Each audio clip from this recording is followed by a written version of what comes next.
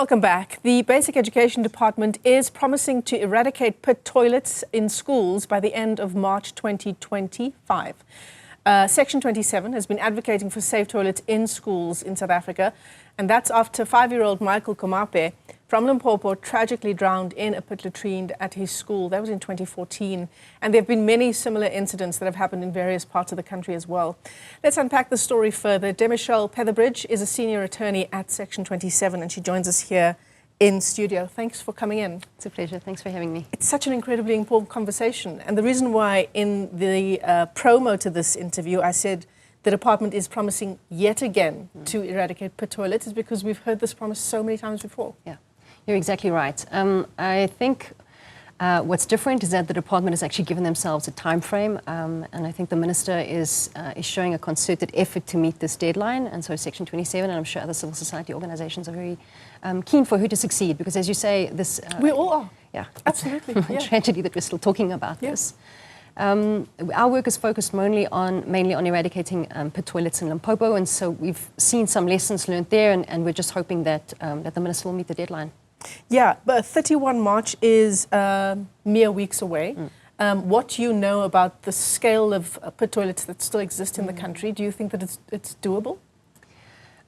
We would like it to be doable. We'd like it to be doable. I think something that has really plagued the situation is a lack of political will. What happened in Limpopo was slightly different. We had to go to court and litigate and get a court order directing the department to actually take steps. This is not the case with other provinces, and so it's really up to them to make those decisions. But when someone with the authority like the minister steps up and makes this call, I think there's hope that things can change.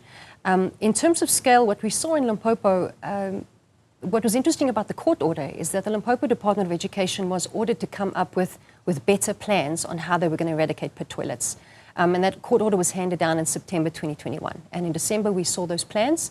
And what was great about that is that they had to come up with a system of how they were going to prioritize schools.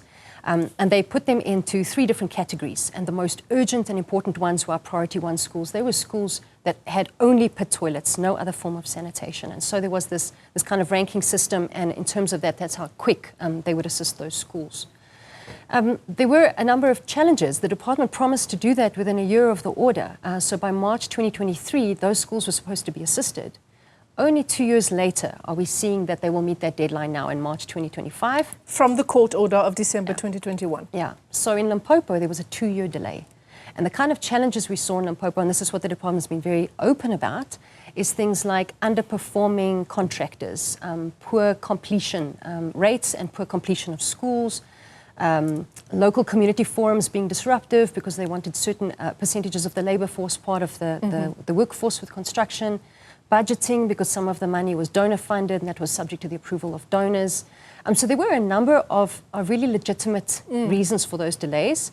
And so our hope is that the minister will be able to get over those hurdles sooner in doing this nationally, or that perhaps they don't exist the way that they did in Limpopo.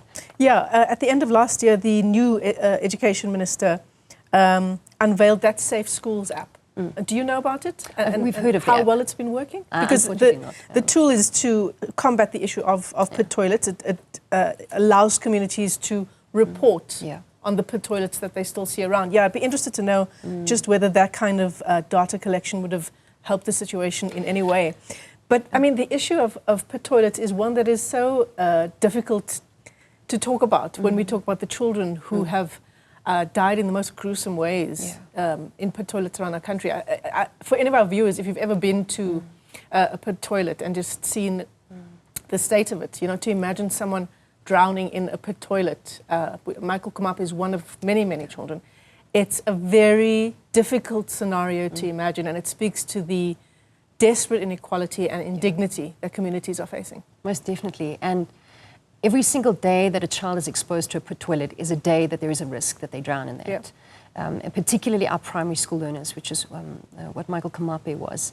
And it's unfortunate that we're still talking about this, and the kind of violations are not only dignity, it's a matter of equality, because there are children in other provinces that are not living with this. There is clear obligations that children should go to school in a safe environment that protects their well-being. So there are really a host of constitutional rights that are being infringed when we let our children go to school in this way. And while we commend the Minister for wanting to eradicate pit toilets across the country, I need to say something about the numbers that she is mentioning. In a more recent news report, I noted that she's saying 249 schools plus minus that she wants to attend to. But from our analysis of the statistics the department has put out in a report called the EFMS report, the Education Facilities Management Assistance Report last year, this number really speaks to those priority one schools, those schools that are in urgent need. It excludes the number of schools that have pit toilets that are perhaps in use together with other appropriate sanitation like toilets, or are perhaps unused and are still waiting to be demolished. From those same statistics, we know that around 1,770 schools, and this is July 2024 data, so that may have changed slightly, but definitely around 1,700 schools are in the state where there are unused pit toilets or pit toilets together with other sanitation on the school premises. So it excludes that number, and we're very interested. Of course, we want the Minister to meet her deadline, but we're very interested in knowing what the plan is with these other schools, because like our priority schools that only have pit toilets, these schools are also in KZN, Eastern Cape, Limpopo, our vulnerable poor schools where these pit toilets are still on the premises.